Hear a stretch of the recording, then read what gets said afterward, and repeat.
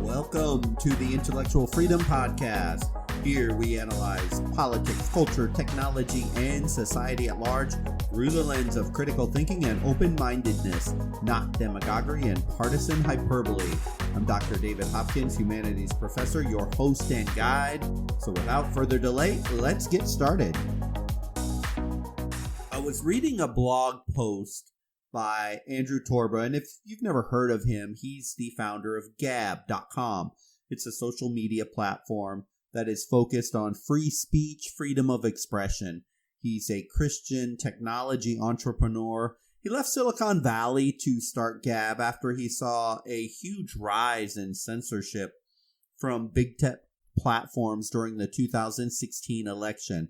Anyway, he was blogging about how viciously and violently the mainstream media was attempting to cancel, or at the very minimum, minimize the voice and scope of the Gab platform, designed basically just as an attempt to give people free speech. It's fascinating to see how often this concept of free speech is attacked by big tech and corporate America. One of the cues used by those who want to silence someone is to simply declare without evidence or because they just deem so that a person is talking hate speech. This is that dog whistle that activists attempting to silence voices that they don't agree with that they most often deploy. Despite the clear messaging on Gab's website, they do not allow any illegal activity, no threats of violence, no doxing, no pornography, no child exploitation, and no spam. They simply wanted to adhere to the principles of the First Amendment of the Constitution. Now, how could that be bad, right? Well, evidently, for many, it's a problem, as many only want one view out there in the public sphere, and that's the collective view. Gab has been deplatformed, banned by 25 plus different service providers over the years, including both Google and Apple Play stores, payment processors, hosting providers, and even Visa. Those of you that listen to me frequently, you hear me rail on the concept that to have a democracy, we must passionately defend free speech, regardless of your political, religious, or social leanings. The natural state, really, of any institution, whether it's a political, mainstream media, or social media, is one of birth, growth, stagnation, corruption, and then ultimately falls. Sort of like the human body as we age. There is this human tendency in democracy to begin with multiple perspectives. But over time, as political parties gain more and more traction and power, eventually this diversity of perspective, it begins to dwindle down to 1, 2, or maybe 3 powerful ideologies. In America, it's the Democratic Party and the Republican Party. And sort of like this Darwinian survival of the fittest, those that have power, they attempt to take more and more power, and any dissenting opinions, they get squashed more and more over time to the point where there are not any other opinions left but the 1 or 2 dominant ideologies. And eventually those in power, they convince the masses that it's good, the pressure that is being exerted on those who don't think like the party. When it comes to the destruction of freedom of speech, the institutions don't need everyone to agree that censorship is a good idea for the other party. They just need them to stand idly by while those in power seize freedom of speech. I want to talk just for a minute about just politics in general and the squeezing that's going on between the two political parties that have power. The Democratic Party seemingly is pushing further and further left. The Republican Party pushing further and further right.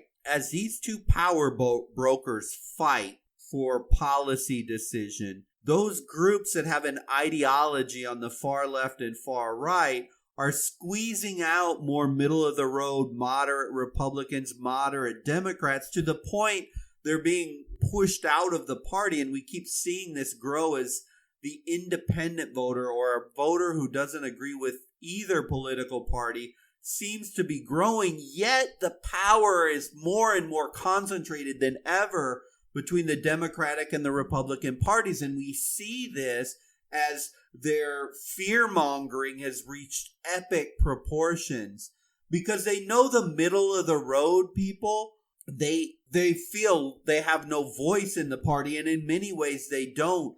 But yet the parties will use language like, if you vote for Joe Biden, you are casting a vote for socialism. Or if you voted for Donald Trump, you are literally voting for the end of the civilized America as we know it, and we're going to descend to a Hitler-esque style Germany. We can see the ideologies on the far left and the far right silencing, minimizing, scaring any voice that sit in the middle. So if this goes on long enough and the pressures become more and more intense, then there will no longer be a democracy, but rather what we're going to be left with is going to be akin to like China, where there's one view, there's one idea, and the masses all follow along like sheep. As if they don't, they're punished, they're erased, or even killed.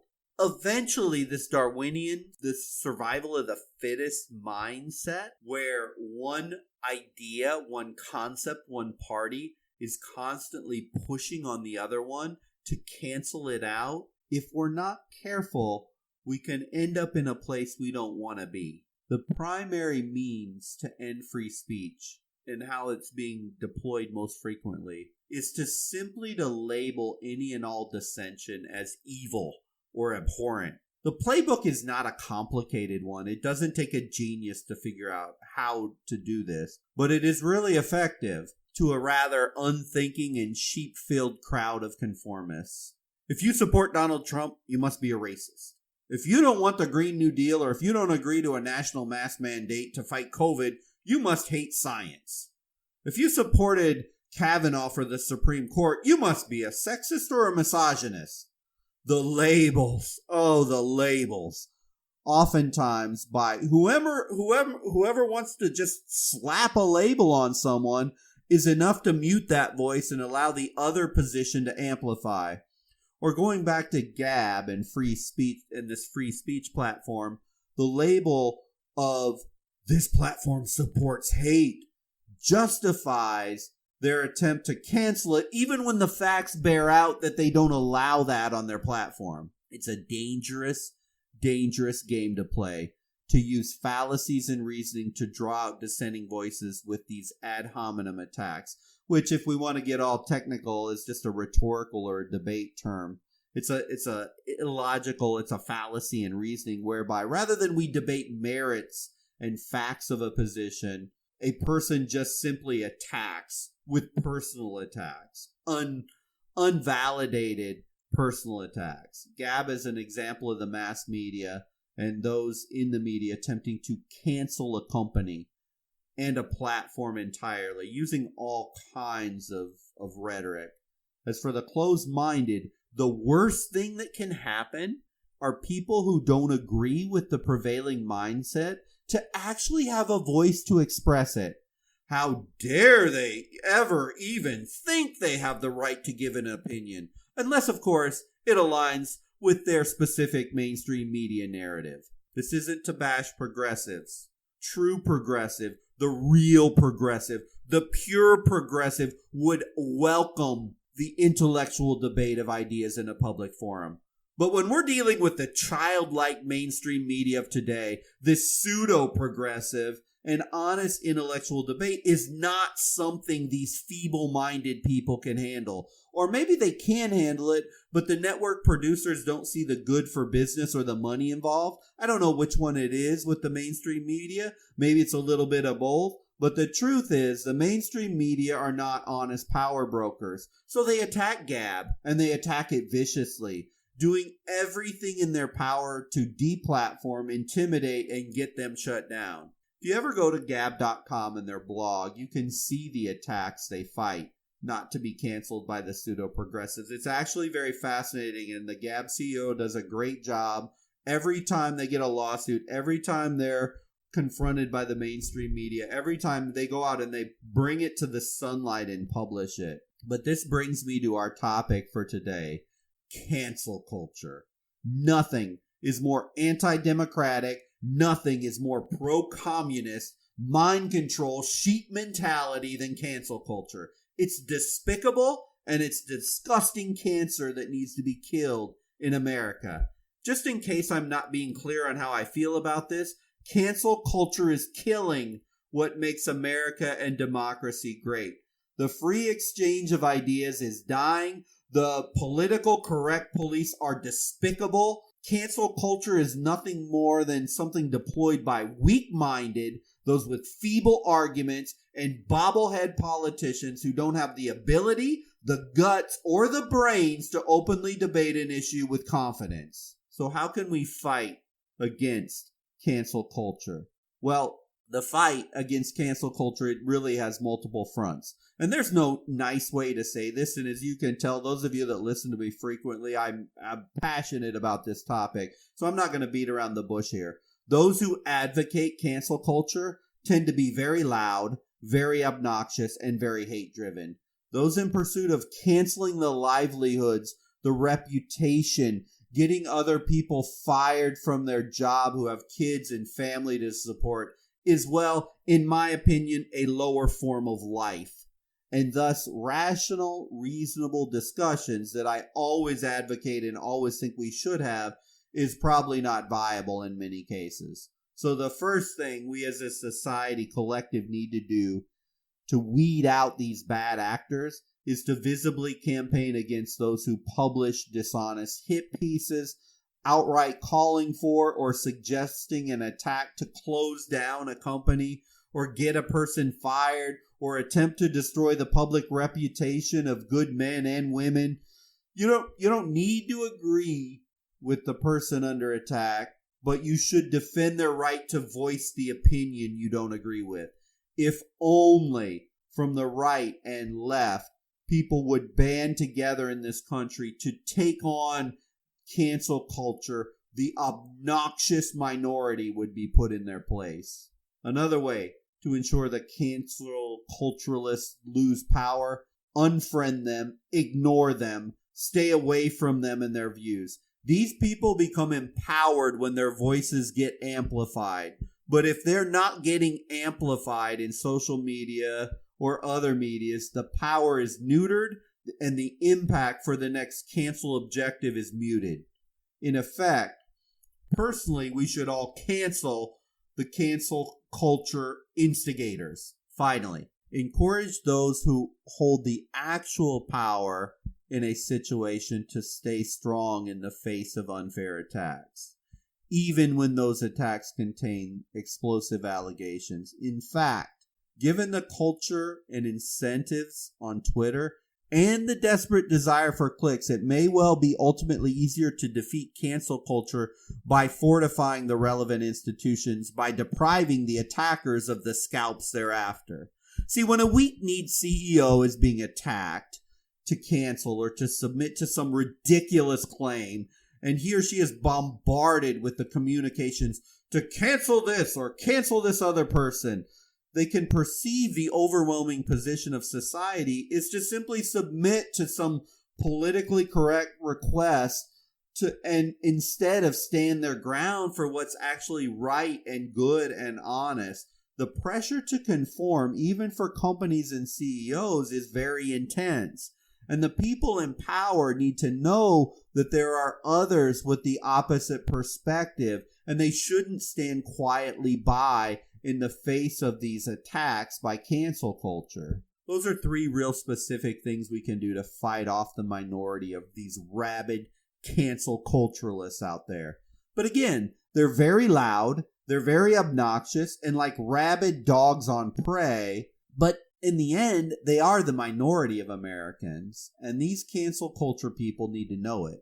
And our companies and our institutions need to know it too, so they don't, like babies, just submit to it. Many CEOs and institutions, sadly, They lack any backbone to stand up to mobs. They just don't have it. But I want to shift gears and talk the CEOs and the companies and those that submit to cancel culture and just cave in. That's hard for us, except doing the things I just mentioned. We don't control that. But I want to talk about how you and I and we and all of us as a collective country can all act the opposite of the cancel culture in our own lives. I don't want to be preaching about how terrible cancel culture people are. And here I do want to say, I don't think this is the majority of people. I think it's a very loud, obnoxious minority. But at the same time, I don't want to call these people out and then not walk out the opposite ethics they're deploying when they're attempting to cancel companies or people or products. Because for me, there's an ethics involved in doing the opposite of what I'm railing against.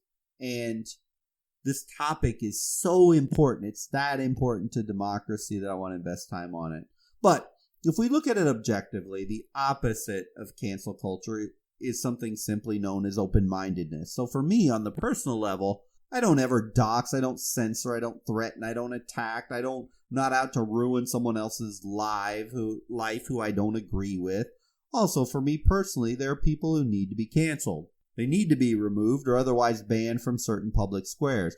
For example, I believe strongly that those people performing or advocating illegal activity, any illegal activity, any threat of violence, any doxing, any pornography, any child exploitation, that's not acceptable. And it shouldn't be allowed anywhere, ever. In these instances, I'm right in alignment with the cancel culture. These things that do harm or threaten harm to others, they should not be tolerated and they should be stopped immediately. With all this being said, the biggest threat of cancel culture becoming more and more prevalent is for all of us to become just like the cancel culturalists, just like the closed-minded and angry mobs. In the end, cancel culture has one purpose, and it's to silence a voice, to stop a legally protected action, to force someone to think, act, or be like someone else, or else face the consequences.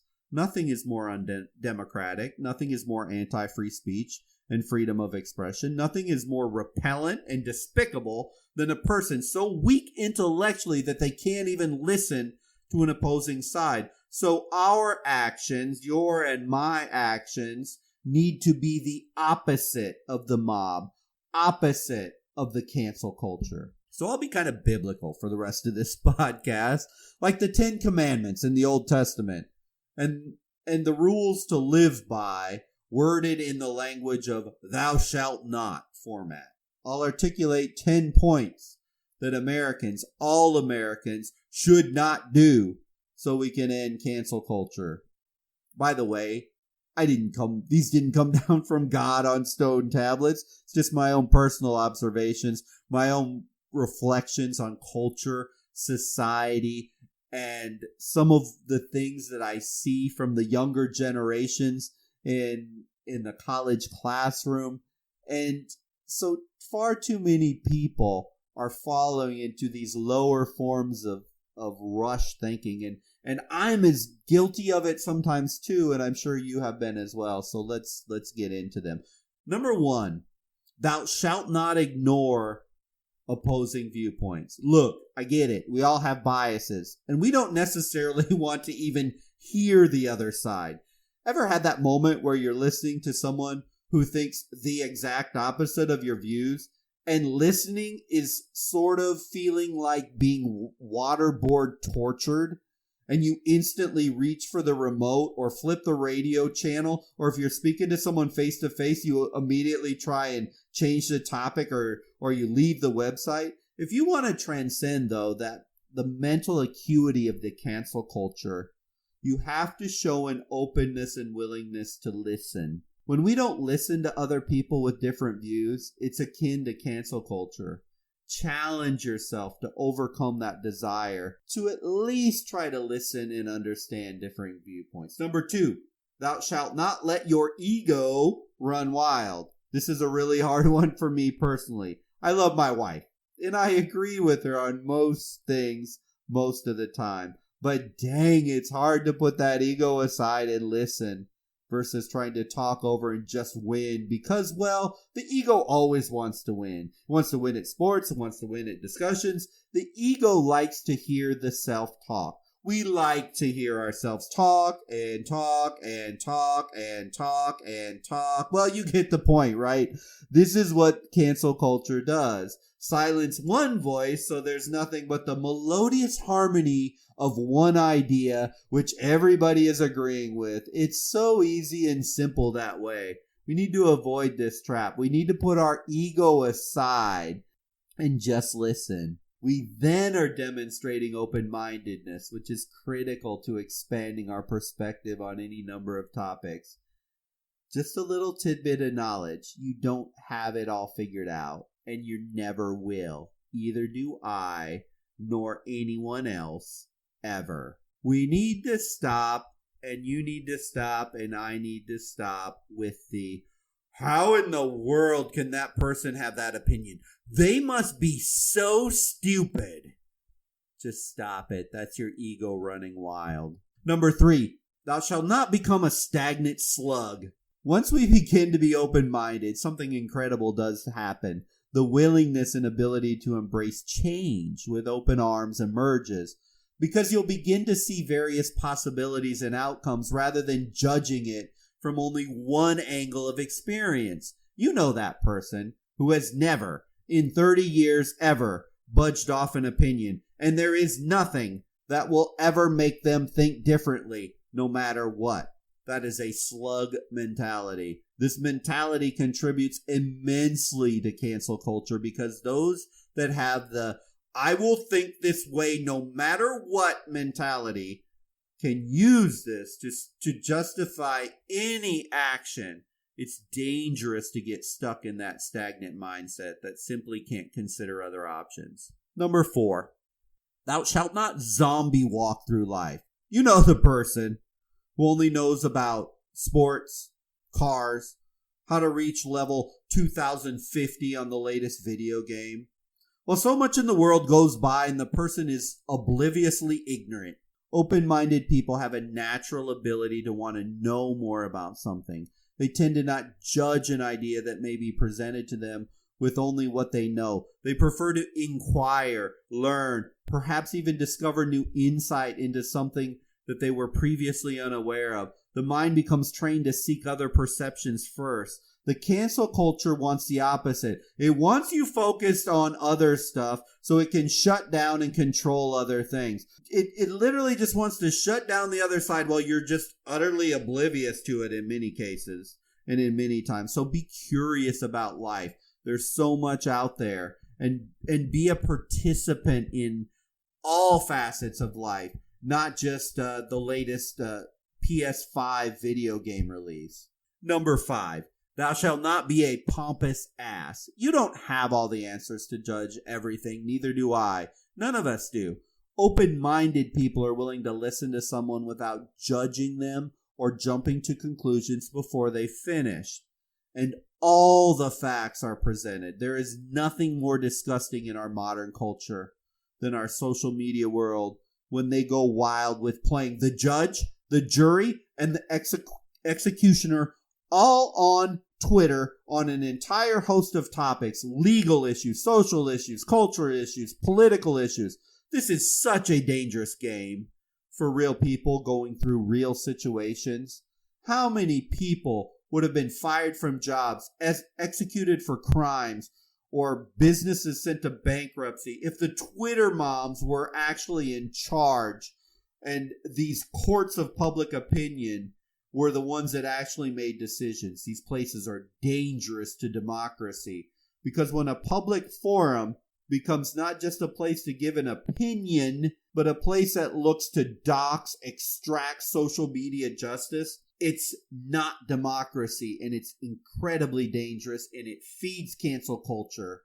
And it's very important that we know the difference between using our social platforms to give an opinion versus using and wielding these platforms as a weapon to destroy other people. Number 6, thou shalt not hold your opinion out as fact. It's okay to be opinionated. Of course, everyone has opinions. Many of our opinions are incredibly strong. But viewing your opinion as the only right way to see something, that is not a characteristic of an open-minded person. It's a characteristic of a cancel culture person.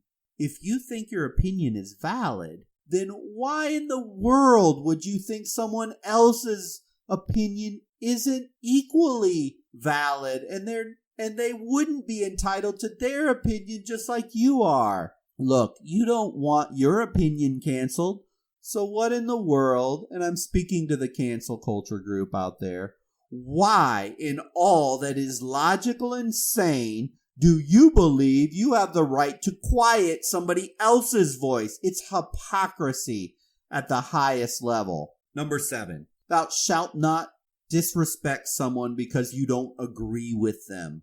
One of the key characteristics of open-mindedness is being open to people's values, beliefs, and differences. Open-minded people believe that differences are what make everyone unique, which is an incredibly valuable quality. This is why cancel culture people always seem so angry. You know the type of person I speak of. There is always an injustice, always a wrong done to someone. The cancel culture person believes they are always surrounded by stupidity and ignorance, except the one common variable wherever they are and whatever level of perceived stupidity that surrounds them is they are always there. They are the common denominator. America is the most diverse country on the planet Earth. Religious diversity, ethnic diversity, intellectual diversity. It's one of the greatest strengths, and this is what we all need to embrace, not the closed-mindedness of other parts of the world. There are parts of this world, and not just in communist China or socialist Venezuela, but in the Western world, that if you don't conform to the woke mobs, you're an outcast. And if you're not in America listening to this right now, you know what I'm talking about. The forces to conform are very powerful. And it's getting more and more like that here in America. And we need to stop this. This stopping of disrespecting other people because we don't agree with them. Number 8, thou shalt not name call. This kind of goes along with the last one. Open-minded people don't like putting tags on people flippantly, such as, you're a racist, you're a sexist, you're a misogynist. They have a good understanding. Open-minded people have a good understanding of people's differences, and they don't just jump to conclusions. It's always easier, much easier to just talk the narrative and call people names than investing the hard work to truly reach a rational conclusion. The cancel culture really makes its money in the world of name calling. It's the easiest, it's the weakest, and it's the most pathetic weapon of the cancel culture. I hope this eventually wears so thin that when the tactic is deployed, eventually we just begin to dismiss it outright for the stupidity that it is. Number 9, thou shalt not be a limp-noodled, slump-shouldered quitter stuck in the past. Open-minded people try not to dwell on the past too much. We can always learn from it, but we can't dwell on it. There's nothing worse than the, oh, woe is me mentality, because mistakes, events, or regrets, they need to be viewed as opportunities for betterment, even things beyond our control. I believe everything happens for a reason. A victim's mentality of what has happened in the past, or projecting something into the future beyond our control today in the form of fear or apprehension, that's just a recipe for failure. Cancel culture loves to solve the past, which can't be done, as it's in the past. And cancel culture projects a solution into the future. Sorry, but I don't believe that cancel culture has the perfect crystal ball to know definitely what the future will say, any more than my ability to predict the future. Thus, the strong-willed and the strong-minded live in one place they can control, the present. No excuses, no alibis, no yeah buts, no canceling. Number 10, thou shalt not be a slave to problems. We live in a world with real problems. To pretend otherwise, that's, well, rather Pollyanna, rainbows and ponies thinking.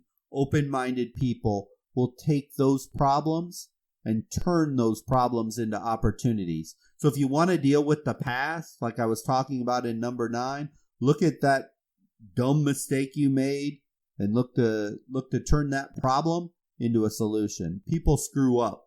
So do institutions. It's just life. Interestingly, those people, when someone screws up or says something bad, it's rather ironic that they believe they should have the power to cancel someone out completely for making a mistake or creating a problem. When if I went through their life, I can guarantee you I can find hundreds of stupid, ignorant mistakes they made that I could just as likely turn around and cancel them. But what we need to do, rather than just attempt to move to cancel someone immediately, we need to acknowledge the fact that there are problems. People have created problems, but there is a solution, or at least a different perspective that we can view things from that were better than the initial perspective.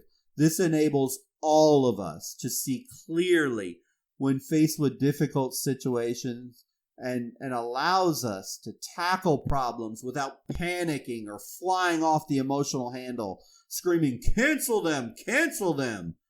So to wrap this up, the solution to the hideous cancel culture mindset is simply open-mindedness.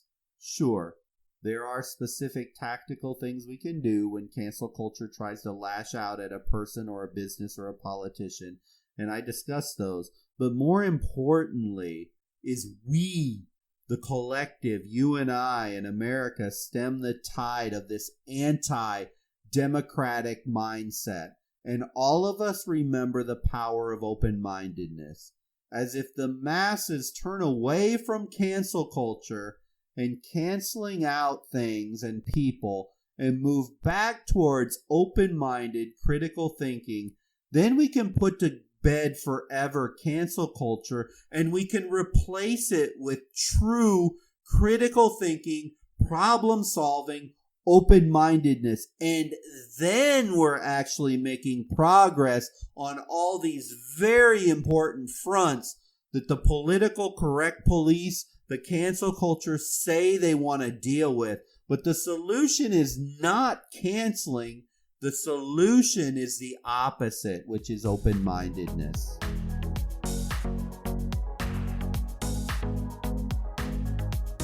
Thank you for listening to the podcast today. I hope you found value.